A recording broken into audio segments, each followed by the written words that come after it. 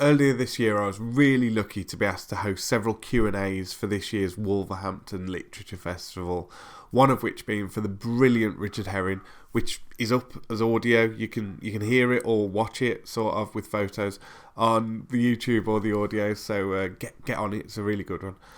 But before the chat, Richard was telling me about some books he'd been enjoying recently, one of which being Ashes to Admin by Evie King. And when he described it, I was like, oh, okay, yeah, this sounds up my street. So got home from the festival, ordered myself a copy, and yes, it's brilliant. It's so well written, it's heartwarming, it's really fantastic. I can't recommend it enough. So a couple of weeks ago I was lucky enough to get Evie to pop over, and we had a really nice chat about the book and the future, what she's working on next, where the book came from, who inspired it, with loads of stuff. So yeah, really pleased to have Evie on, and I hope you enjoy it too. So without further ado, Evie King.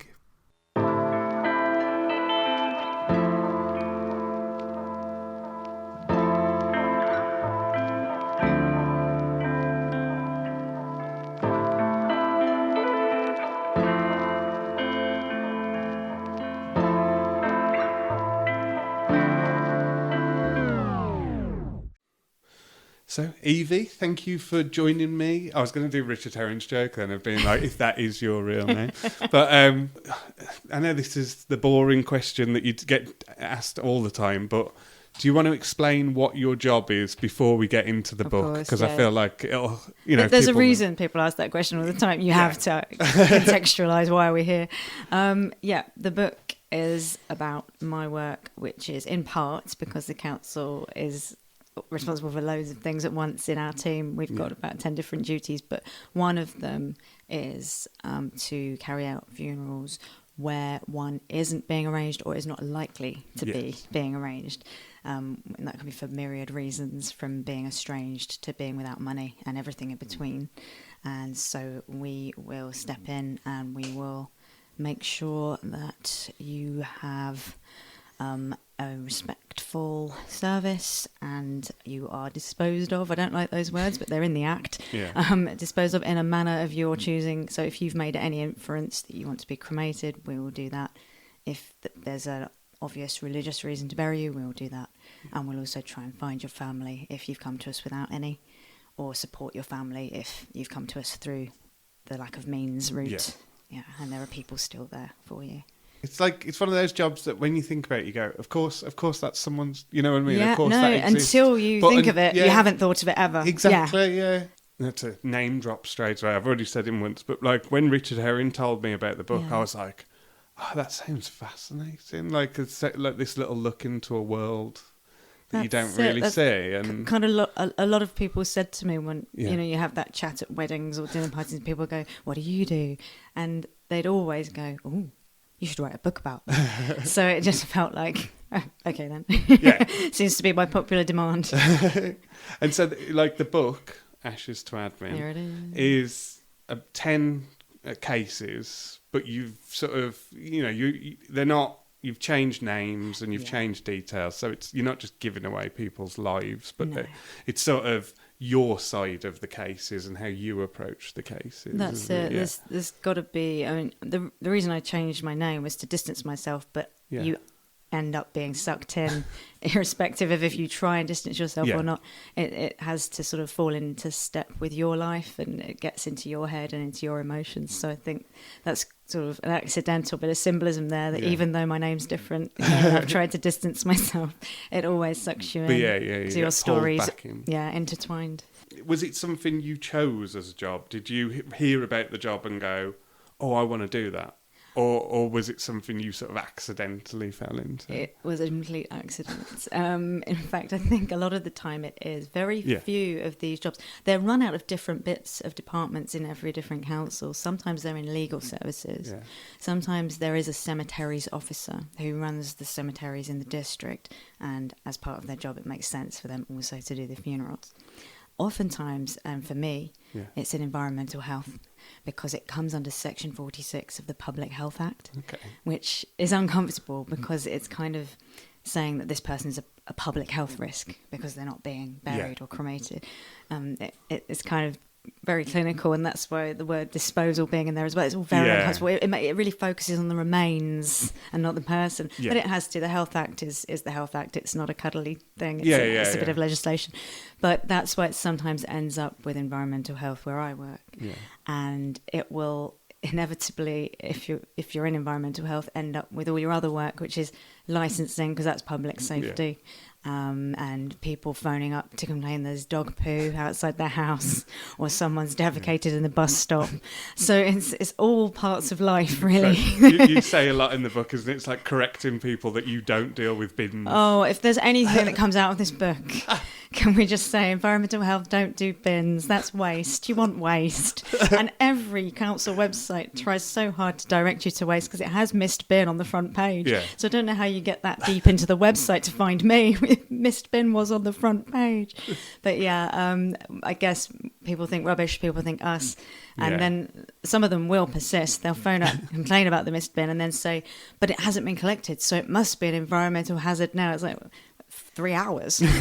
What was in the bin? How hot is it? People don't like to think about death. No. But when they do, they like to think, oh, everyone is caring and it's soft and it's candlelit. But it's not. It's when it comes to you, it's legislation and law, and it's a strange one. Something so profound. To be. That's why I chose the book title, because it's the profound and the mundane. But that is life, really, isn't it? Like, we all do think we're going to have this melodramatic death with a nice deathbed crowd. But we could just die on the bathroom floor when everyone's out. It's not a judgment call. It just might be that your wife's out. You didn't die alone, in air quotes, in the way that you think of when you think of how sad. And also, that's another thing I wanted to dispel. Is it? We don't know. Some people might have been perfectly happy on their own. I know of at least one person who seems to have, from speaking to the closest person to them, chosen to die alone because they would rather that than be in a hospital being poked and prodded or having health visitors. So I try to, through this, not sugarcoat it. Some people don't want to be on their own, and it's sad that they've been left on their own. They've been, left by their spouse dying first or their family dying first, and they may well have been sad about that. But so I'm not trying to make it all sanitized for everyone's take. And some of the people are wrong-uns. There will be. I mean, when I said at the beginning, everything in between, you've got estranged, and that's both voluntary and involuntary, because it's amazing the amount of involuntary estrangements I experience, where people kind of just changed their name, moved a couple of towns and lost touch. And then when you do find their kids, they were sort of still okay with, they hadn't been completely disowned. It was just drifted, and life took them apart. But you've got the estrangement, you've got people who choose to be solitary or who are involuntarily solitary, which is very pleasing. Voluntary solitary. So they've had people predeceased them, and now they're by themselves. And then you come to people who are solitary because they have outraged public decency. They've either done something that's so bad they can't have friends and family around them anymore, or a larger society around them anymore. And someone has to look after them as well, because I once did a funeral which attracted media attention, and a newspaper came along, and I don't think they could have asked any questions, because they went away and wrote an article that was completely made up, saying it was great, the community came out for this person, crowd-funded a funeral, and they took a photo of a priest who was there just as a mourner. He even had his backpack and his anorak on, so he clearly wasn't officiating. And they said, this is the priest that gave of his time for free. Isn't it great how the community does this for people? And I made them correct it online at least, because the actual nice story, that sounds really nice until you think about it and think, the community can't do that every week. They have neither the means nor the time, and also they're not always going to like the person. So there has to be this like nice neutral safety net that looks out for everyone. Good or bad, or that's the real story. That's the happy, not happy story, but but it's the nice stable story that we need. no matter what happens to you or how you end up, there is someone like you to, that's it. like, you know, to deal with that, isn't it? And that's our 3 a.m. fear, isn't it? Yeah. That we're all maybe 1 or 2 or 3 bereavements away from being on our own. And that's not because we failed to gather friends around us throughout our lives or failed to make connections. Yeah. Those connections just weren't there when the music stopped. It's just literally like a game of musical chairs. Yeah. And you've had the chair taken away and you're left standing going, oh, this is the moment I die. Great. Hadn't planned this. Yeah. You know, it's very hard to plan. People say to me, are you not worried about becoming one of your own cases because you've got no children? Yeah. I've dealt with people who had 5 children. It's not an insurance policy. You can't use humans as insurance policies against loneliness. You know? You have to, and again, I keep saying, and this is why, and this is why, this is why I wrote the book as well. Fear of death is in large part, I think, fear of life. Because if you're living with the end in mind, purely with that I don't want to be on my own at the end, you might go on down a tram line that you're not enjoying. Yes. You might be limiting yourself and making decisions that are based on how you want your eulogy to go rather than how you want your day to go and your week to go and your year to go. So I'd rather people just lived with gay abandon. And if you end up dying by yourself because you just made a few fun decisions, who cares? You'll be too dead to know. And then someone will, like me, will come and help you out. And we'll find those connections again. If the friends that drifted off because they had kids and you didn't meet as often as you used to. And we'll bring them back and we'll get your story and we'll say goodbye to you. Because do you find that is like, the, you know, when you think you turn up at a case and you think someone's got nobody, but then they turn out to have family. Like, are they sort of, they're devastated and bereaved the way a normal family would be? There's loads of different reactions when you find people. Yeah. Sometimes the family dynamic is one that they weren't close, but they weren't estranged. So they didn't see each other for a year at a time. Yeah. And so during that year, when they didn't know if the person, they assumed the person was fine because they don't hear from them. And then you phone, they are upset because they're not falling out, but they're upset in a moderate way, that you'd expect. It's conversant with their connection, but they're still shocked and they're still upset because any bereavement hits you.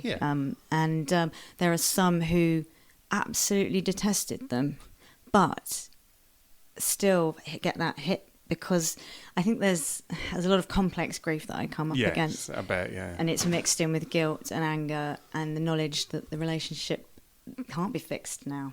There's nothing now that can be done. Late. So those people will sometimes refuse to come to the funeral, which is fine. But oftentimes those are the ones that are desperate to come to the funeral because they just want to draw a line under that person. Closure. And you get some who thought they were angry with them but are now devastated and feel guilty. So when I make that first call, which is usually in a very strange way, it'll be last number dialed on an unlocked mobile or a landline. It's like, hi, who's this? And then they tell me, because you're a neutral space, you get the entire story blurted out at you and a lot of tears in that moment. Because you've told them something and it's triggered something in them and you're completely a neutral party. And I'll get some really horrible detail or some really terrible stuff told to me. But those are the ones who will come, definitely, or will not come, definitely. There's no, I'll let you know. And then, everyone else, it'll be a case of they're our family, but they're cousins and they're distant. Their immediate family have already died. That's why they're living on their own. And with those people, you'll either find the not immediate family will come, or you'll find that they're friends with their family. And that their local connections with their family. You'll suddenly find they were in a gardening club or a model railway club, and that had become their surrogate family. That was their closeness to people or whatever. So it seems like they've got no family, but it's like, here's this. They've got a life over here, and they're busy. The person I did, who was a model railway club member, his wife had died, so his familial connection had gone. But he had this massive life, and he was also a bit well known around his town. So he had the chip shop closed that day in his honour for his funeral because he was always in the chip shop. Oh, that's sweet. Those kind of things are nice. I think they're really special. And the person I did a funeral for, who was in the gardening club, they watered his allotment all summer. so that his flowers survived the heat wave. And then they picked them and bunched them and made a wreath of his own flowers for his own coffin. So you get... That's so sweet. Yeah, it's you get these moments. I think I went to a conference in Berlin this year on lonely death, is what they called it. It sounds really reductive, but it's translation. It's the German hard translation. And they were talking about the grief and the rituals that take up in the space that's left. So when it isn't a family funeral, because I'm always sandwiched between family funerals at my crematorium, and you get us in the middle with a ragtag bag of carers, neighbours, locals. But we have this, it's no less special because we have these things happening. Yeah. And they were talking about the other rituals that have to take place with displaced death. And it was really interesting. It was like these people that keep drowning in the Med. There was a Danish academic who went and stayed in one of the fishing villages in Africa. Yeah. And the reason people were leaving on the boats from that fishing village to go and find work elsewhere was they were being overfished by Europe and other countries. So they couldn't fish anymore. They're drowning in the Med to try and get out. And then there's no body for the funeral. So he'd been studying the funeral practices, and it was to get people's clothes and lay them out full body, and then call their spirits back from the sea and do the funeral with the clothes. So I suppose what I'm saying is you will find space to, however bad, sad or tragic. Yeah, you'll find a way of remembering and, passing them on. Yeah, humans will do that, and that's... Hey, I keep saying it's like my tagline. That's another reason I wrote the book. People will never let anyone go alone because they don't want to go alone. It's even if it's on the most selfish, sort of buying karma level. Yes. I hadn't thought about it like that. Yeah, we don't want to be the person who's left on their own, so we won't let anyone else be. Yeah. And when I'm putting out frequently messages I've joined nearly every local town forum, on Facebook near me. And when I'm putting out for information saying this person died in this town, did you anyone know them? Yeah. Even if I don't find anyone, which is rare, because if they've been in that town for a few years, someone I always will know them. Yeah, find someone. But until that point, when I haven't hit yet to the right person, I'm getting people go, well, let us know the funeral date, won't you? If you don't find anyone. So you have at least 5 people who don't know them. Yeah, just willing to come along. You want to come. Yeah. Obviously, I'm aiming for people who know them because I need a eulogy. Yeah. If we all come along and there's nothing to say, it's a bit awkward. But in the case when I had an unidentified person, I want as many people, and we've got nothing to say anyway, so maybe we'll make it up with volume and love and people seeing this person off, just saying goodbye to whoever they are. So we make do with what we can. That's it's nice though, isn't it? Like you say, and maybe there's an element of, like you say, self-protection, or if I do this, hopefully someone will do it for me, or whatever. I think we're just all so interconnected as well. Even though we feel sometimes like we go on social media and go, oh, everyone's awful, we feel disconnected from people. Ultimately, and that's what, let's clang another name.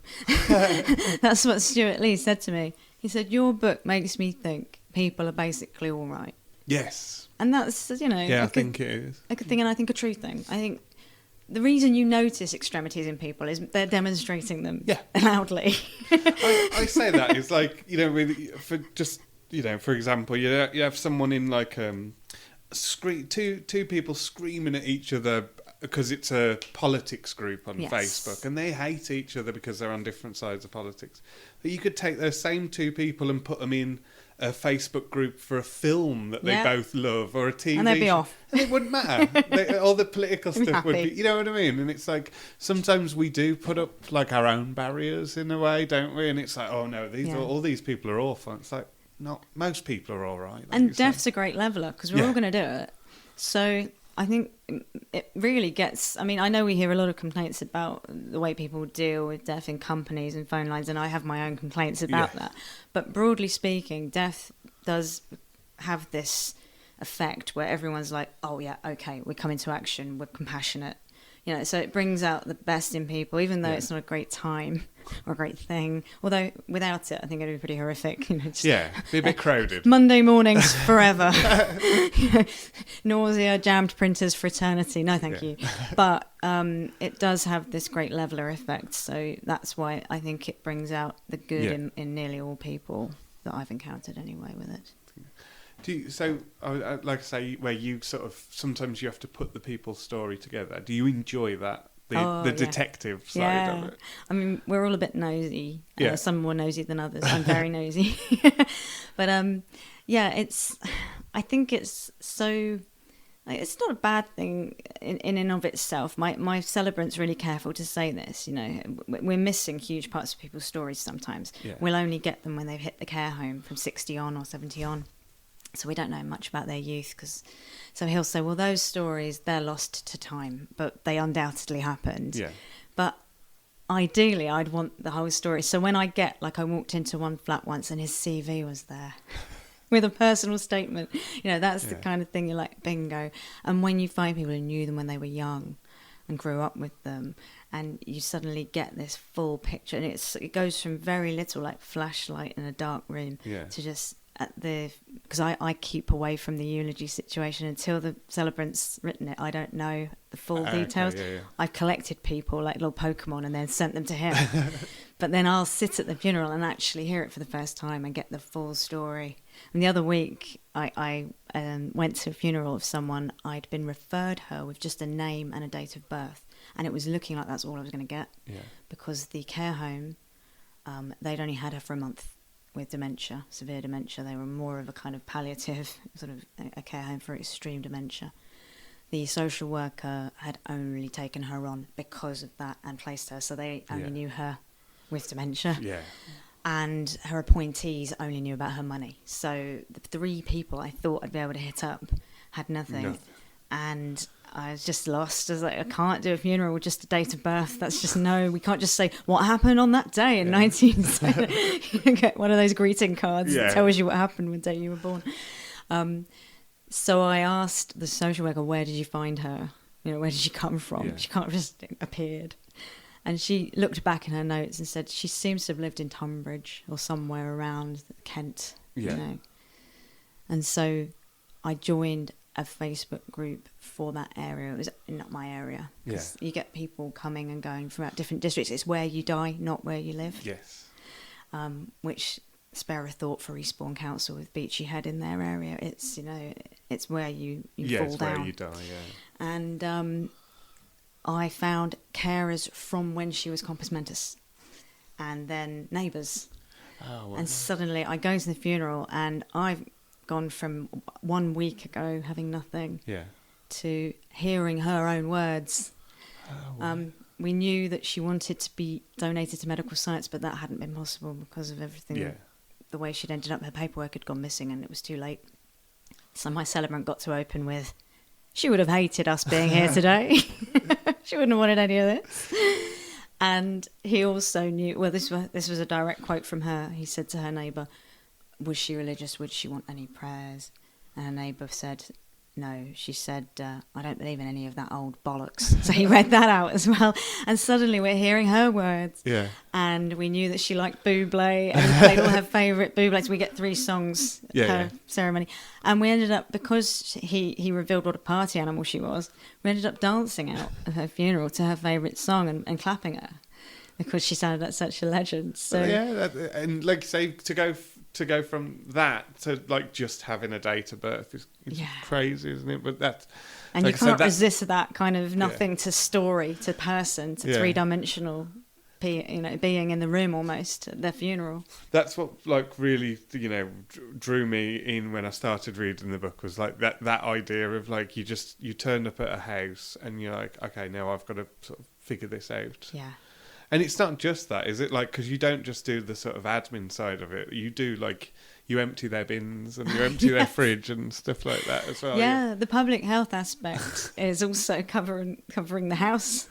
Because if someone dies there and the neighbours, suddenly the bins haven't been taken out and there are suddenly pests and flies and rats because the dinner they last ate is still on the sideboard. I mean, one house I went in, and it's very lucky. I don't usually look in the oven, but the oven was eye level. It was one of those high ones. So I just opened it just to peek in, and there was a big fish sitting on a baking tray ready to be cooked.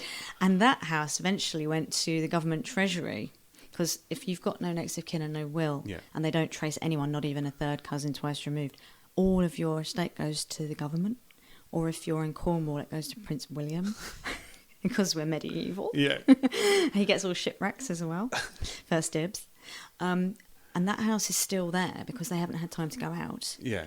And if I hadn't looked in the oven, that fish would still be there. But the bin wouldn't have been emptied and so on. So yeah, empty the fridge, take all perishable food out, take the bin out one more time, open the windows, let any flies out that have already developed. And like you say, these tasks are the kind of mop-up jobs, the desk work for them. Yeah. Take their paperwork as well, their bank statement, their electricity bill, their gas bill, and inform everyone. Yeah, like you would have to do if you're the next of kin of somebody. Yeah. And freeze everything, tell DWP. So it really is, it's this strange house call where you're doing a little bit of cleaning. Yeah. You're getting all their paperwork, and you're also going, right, diary, cards from people. Have they written a phone number in the top corner of the Christmas card? Phone, hobbies. Let me take a photo quickly of all this like CD rack so I can get an idea of their music. There's a guitar over there. There's this, so they play guitar. You know, you're making notes. You can start filling the gaps a little bit. Yeah. And just taking a photo of each room so you remember, or if you don't remember, you've got a memory to look back on. And then you can piece together some bits. And it's quite nice seeing those initial glances. And then they become a full story about them being a guitar teacher or, you know, having toured or, you know. Yeah. Oh, that's why. Yeah, and you click it back to, I saw a guitar next to their bed, you know. And so, it's this three-pronged thing of, again, the title, it's profound stuff about the person. You're standing in their home. You're sometimes standing in the place they died. Yeah. And you're also going, where's the bank statement? I better take the bin out. So it's this profound and very mundane job at the same time. Why then? You've name dropped Stuart Lee. I've name dropped Richard Herring. Yeah. Why do you think this book is so popular with comedians? Why do you think it's? There's something about it clearly that's speaking to comedians. I think they are naturally very philosophical, sort of, they think about these things. They probably think about it a lot because they're up late having drank 5 pints while they were standing waiting to go on. And it's a dark subject dealt with in not a comic way, because I don't want to say it's a comic book, because it's not.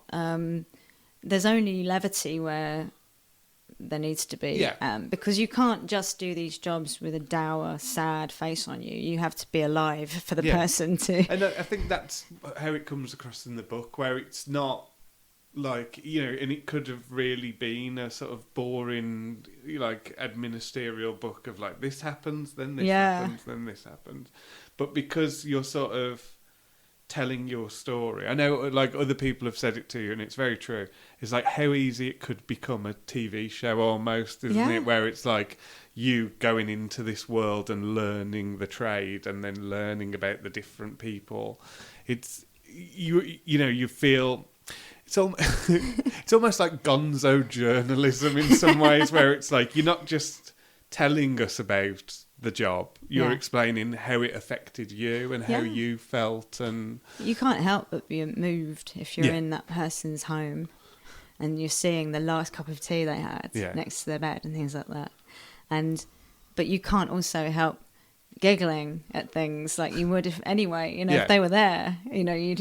You have, I mean, even at funerals where I've been there for my own family or people I knew, you have these mundane thoughts, or you sort of get the giggles and you think, because all these emotions rush through you, because you're being alive, you're thinking 5 things at a time, aren't you? And you're feeling all different feelings, and your mood changes 100 times a day.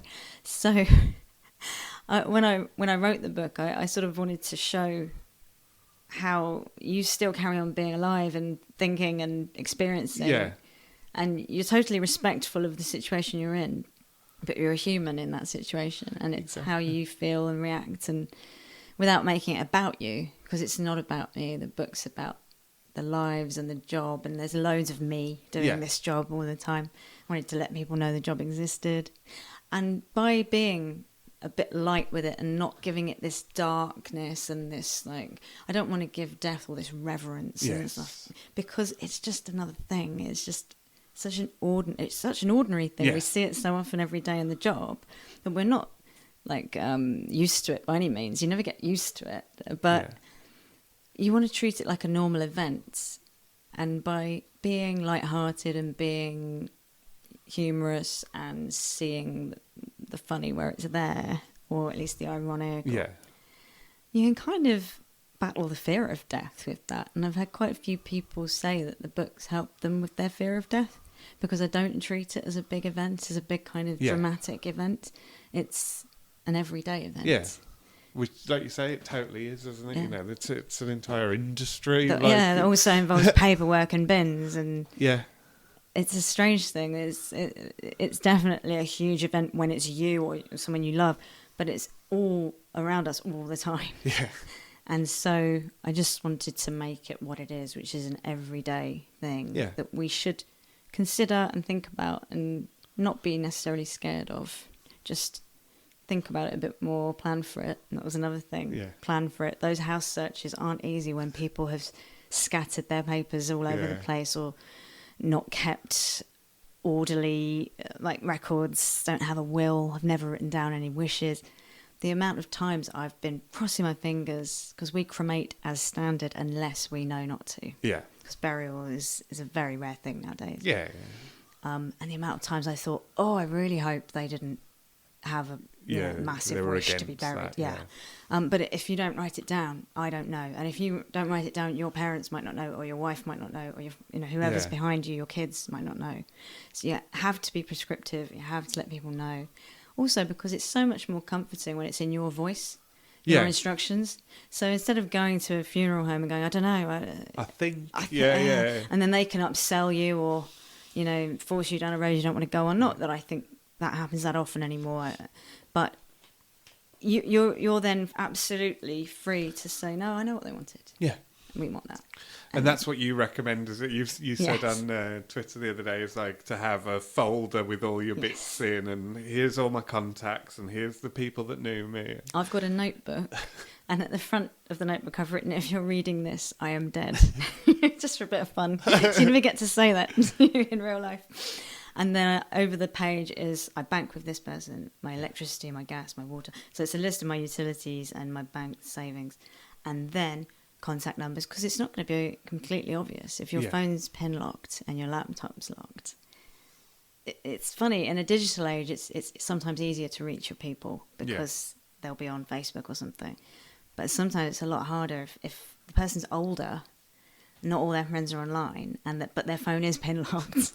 The old-fashioned address books are less and less now, but when I do find them, they're like gold dust. So I just write names of my friends, their close friends, because the coroner wouldn't inform your best friend. They'd inform your next of kin. Yeah, they wouldn't think to. Even you could be totally closer to your best friend than you would be to a next of kin. And they might let them find out for a month. So I've got all friends' contacts. I've got where my car is, because I've walked around the streets before beeping those central locking keys, going, was any lights shining? I don't know. So I'm like, my garage is at the right-hand side, the third one in, and here's my V5. So everything you think anyone would want to ask you, where's your stuff? What's this? What are we closing? And then your wishes. Yeah. And if you haven't got a will, if you've no need for one because you're renting and you don't have that much, but you want people to know that woodland burial, nothing. Because someone replied to me sarcastically on Twitter once about when I said you should really let people know. What if I don't have any wishes? I'm like, those are wishes. Those are actually wishes. You could then just say, well, donate me to science. Yeah. Or do whatever. Do a direct crem, because I don't care. And then that way you can feel better about doing it. Yeah, you don't have to feel guilty that there wasn't a funeral or whatever. Yeah. Because if we don't know, we might do you a big old thing that costs $4,000, and you'll be sitting up in the cloud going, I didn't want anything. So write down anything, even if it's no wishes. And because I've donated my body to science, I've written the phone number for them as well, because you pretty much need to turn it around as quickly as you can. It's just everything in one cupboard. Yeah, and that's what you recommend everyone does. And some of my people have done that, and I've high-fived them, invisibly in their house and going, yes, we love you, because they've got a cupboard. And it might not be of death prep, like through my lens, the way I'm looking at it is it's my cupboard of death prep. But that's, their bills but cupboard or whatever. Admin cupboard, this is where I put all of my paperwork. And that's a good system anyway, just for you while you're alive, so you know where things are, because you're not running around going, I've lost my my O2 bills, I can't see. I need my account number. And then as well, being a comedy fan and being a big fan of Rich and Stu, was it cool being signed to Jo Unwin, who was like she played the woman a lot, didn't she? The woman played by Jo Unwin in the radio shows. No, amazing. Yeah, Jo's a brilliant agent. I mean, she won Agent of the Year one time a few years ago, didn't she? And she really knows her stuff, and she's really supportive and lovely. And having Rich and Stu's quotes on the book as a kid who grew up on Fist of Fun, it's just... I was going to say teenage me would be like absolutely dying, but I am too. To be fair. What am I trying to say? I'm still going inside. Because that's like, that must be so cool. It's like, because she is like, she's well respected literary agent. Brilliant. But then there's also for us geeks that remember Fist of Fun and this morning Richard Not Judy. No, she's definitely iconic. She was there to all the good stuff. And so this is the boring question that again I'm sure you ask. Is there more to come? Is there a people keep asking me that. Yeah. That sounds like I'm going, it is a boring question. That is a boring question that I keep getting at. Again, it's a pertinent question because people keep asking me. I keep thinking about this because I did an online sort of conversation with an interview. It was watched by people and you could see them in the Zoom screen chat. And a lot of people nodded in firm agreement when I said, I don't think so, because first of all, the trick of the book has been played. People don't generally know this job exists. Yeah. And when they go and read the back of the book, they're like, oh my God, this job exists? Of course it exists. And you can't unsee the fact, of course it must. Not everyone's going to have a family. God, how have I not thought of this? And that trick's been played. So there is a case for saying if they like that one, they'll like another one. But then I'd just be rehashing stories and it would feel at that point for the sake of the stories, for the sake of gossiping almost and telling people's stories. Do you know what I mean? I felt like this one showed my development into the role, and these were the people that saw me through that and got me used to it and taught me things. And now I'm rolling and I'm feeling very in control, and I'm always learning because you never stop learning. I mean, every case I update my guidance to reflect something else I've picked up or some hack that I've now developed. But I feel like at that point I would just be doing, when they want you to do a book for the Christmas market to stick next to the till. That'll sell. Yeah. That'll sell. These are all my winter cases. It'll these are ones that happened at Christmas.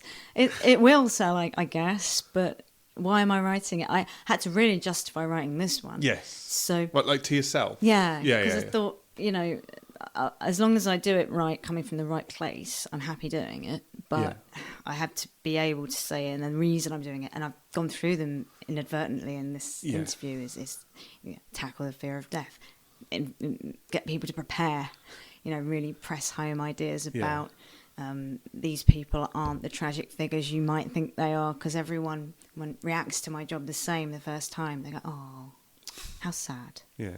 And it's like, oh no, don't, because these people lived really rich lives. Don't reduce them to their last day on Earth.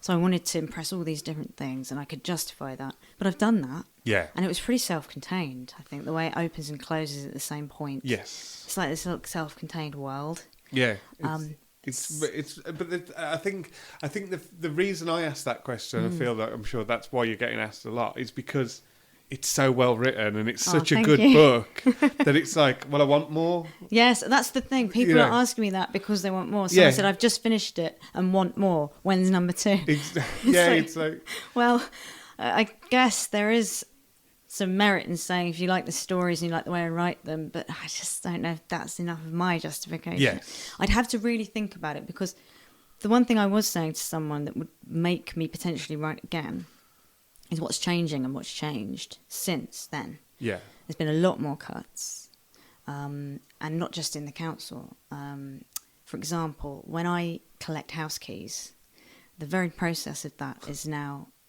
interminable and very hard. I used to get a coroner referral, and I've still got to do this, actually. I've got to change my referral form. That's another thing to do when I get back to the office. My referral form says, police property store reference number. I don't get that anymore because the coroner has been removed from the police, so they're completely unable to see what the police see or tell me anything.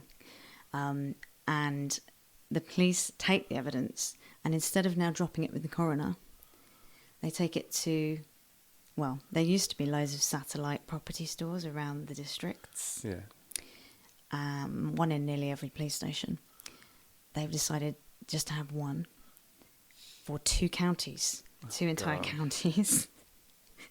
It takes 5 days to take evidence to it and 5 days to take evidence out of it. And that's if you can find the police officer by dialing 101 several times a day to ask if what they've done with it, what's the reference. 101 are pretty sick of it because 101 aren't for that. Yeah.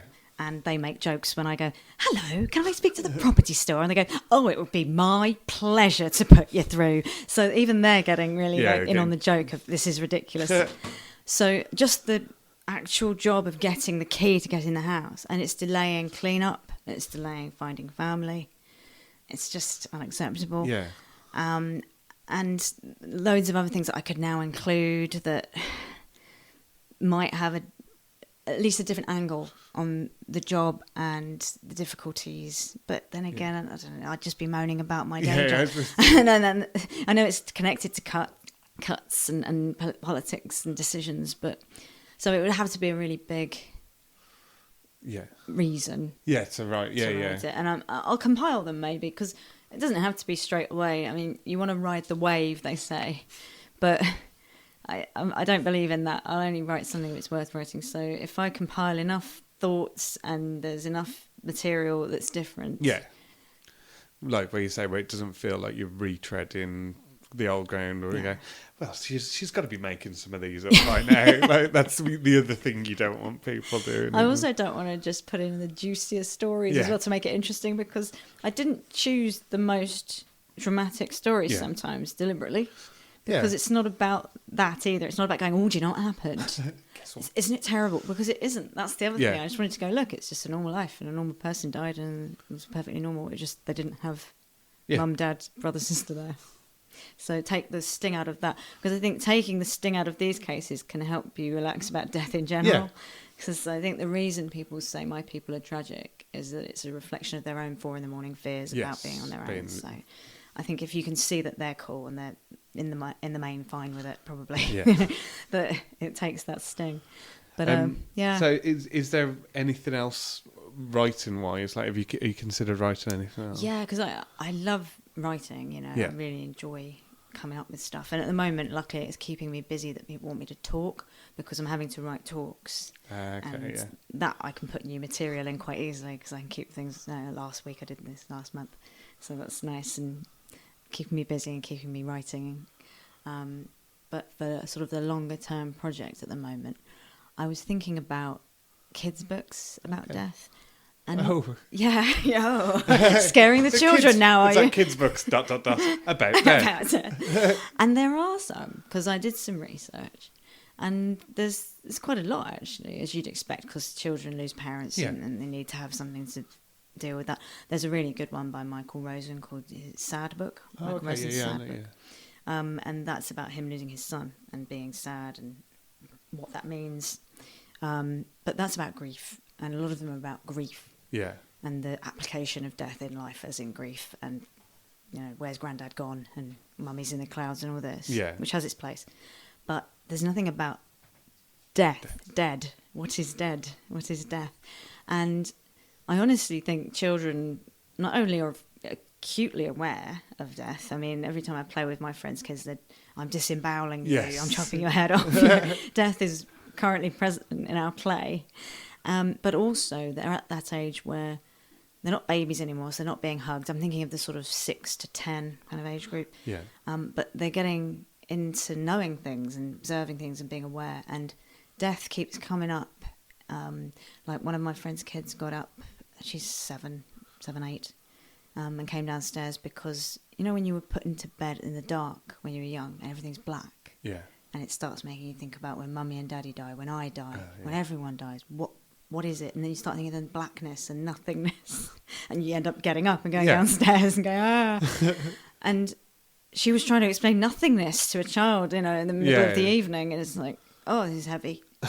So, and I remember those thoughts. And everyone I've spoken to, from my publisher to friends, go, yeah, I used to think about nothing. I'm scared. And what is it? And so I think someone needs to actually address it with them in a nice way, in a, dare say, fun way. But I was thinking about the once upon a time there was nothing. Yeah. As in you didn't exist. Nothing existed. Nothing. Yeah. And then all the time you didn't exist, from the dinosaurs, and you can have fun drawing things. Have pages on dinosaurs, pages on Elizabethan people, all the way up to when you were born. And then there was you. And then you can do something about how fun, you know, this is the part where you have the fun and you hug people and you do everything you want to do and you enjoy your life and you have, you know, all the good stuff. And then there will be nothing again. But you didn't mind before. Yeah. And so we know there won't be tummy aches and we know there won't be anxieties. Yeah. Some people, and I'm not going to undermine anyone's religion, I'm going to say some people think that nothing is something. Yes. And you meet your pets and your family there and that would be lovely. But if that's not true, you won't know about it. Yeah. It'll be like before when the dinosaurs were playing but you didn't exist yet. Oh. That kind of idea. Yeah, I like that. I think that's nice. With plenty of like fun stuff and nice drawings and dinosaurs. And dinosaurs. As long as there's dinosaurs. And I thought we could have ghosts in there as well. Yeah. Some people think you come back as a ghost, a picture of ghosts and fun ghosts, you know. Yeah. So just again making it normal, a bit light, but normal. And playing on that thing, which is true, you know, you didn't have an issue with not existing. Yeah, that's a great way of like explaining it, isn't it? You weren't bothered before you existed. And if you were floating around in that ether now, that blackness, and someone went, come here. If you come over here, you have to pay rent and council tax, and you have to have diarrhea and anxiety, and it's great. Come over here. No, I'm fine. Sound great. No, I'm fine. I'll stay in the ether, thanks. I'll stay in the blackness. I mean, life's great and everything, but come on, you know, it's very expensive and it's very painful. Cost of living crisis. Yeah, there's a cost of living crisis going on. None of that in the void. There's no cost of being dead crisis. Well, there is a cost of dying crisis in terms of funeral expenses, which is pertinent to my book because that's a lot of times when I get people that can't afford it. Really, you know, that comes home then. Although, top tip for anyone who's listening.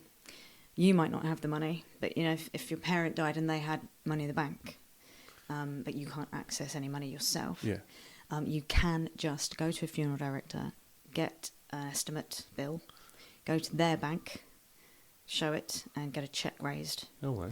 And because it's not going to you, it's going to the funeral. Paying for them, essentially. The funeral has the first call on any estate. Oh, wow. So any funeral director should cut you a cheque made out to Co-op Funeral Care or whoever you're using. And that can pay that. That's good knowledge. So I've put that on our on our work website because I've got a council funeral page where I write things about DWP. Will give you some money, not enough to cover the whole funeral though. But that's not me being political. That's their own words on the website. And there's Quaker Social Action. They're really good with funeral poverty, helping people make those claims because they're quite hard to navigate. And also written that hack about getting the money out of the bank direct and direct cremations, funeral comparison sites now. So I've got this whole section about how you can do it yourself, you know, make it work.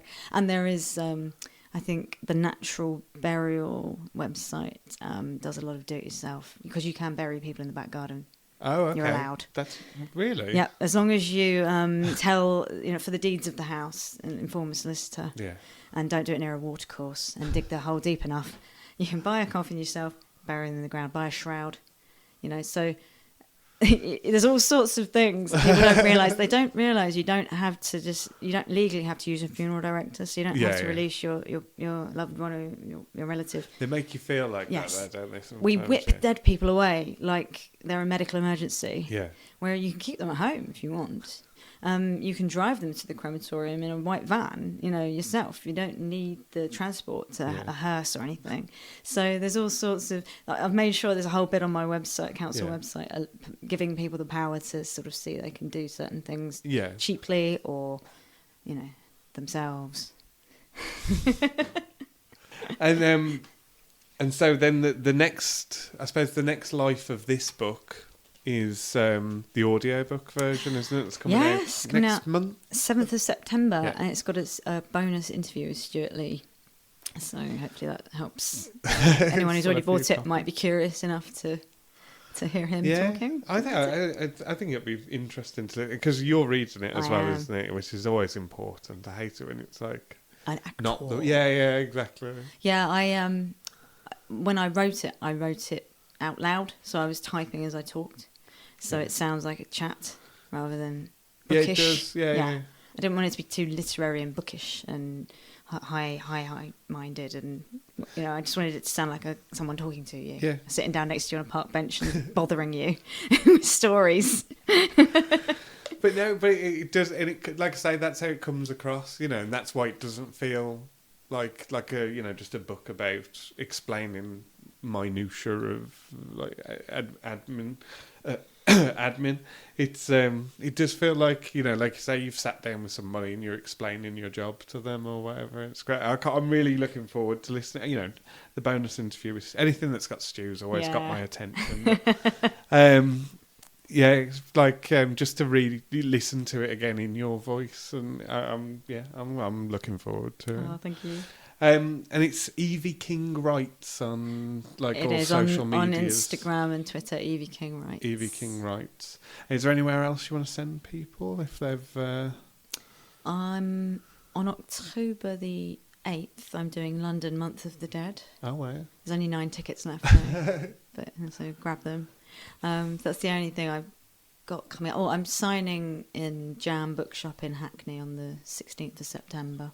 But apart from that, just like check on your social medias. Yeah, I'll always update on Instagram and Twitter what I'm up to, or X or whatever. We're not calling it X; it's Twitter. No, it is Twitter. It will always be Twitter. Evie, thank you ever so much. I'm really proud of myself that I haven't called you by your real name this whole time. So pat myself on the back. Well done. Thank you for having me. It's really nice talking to you.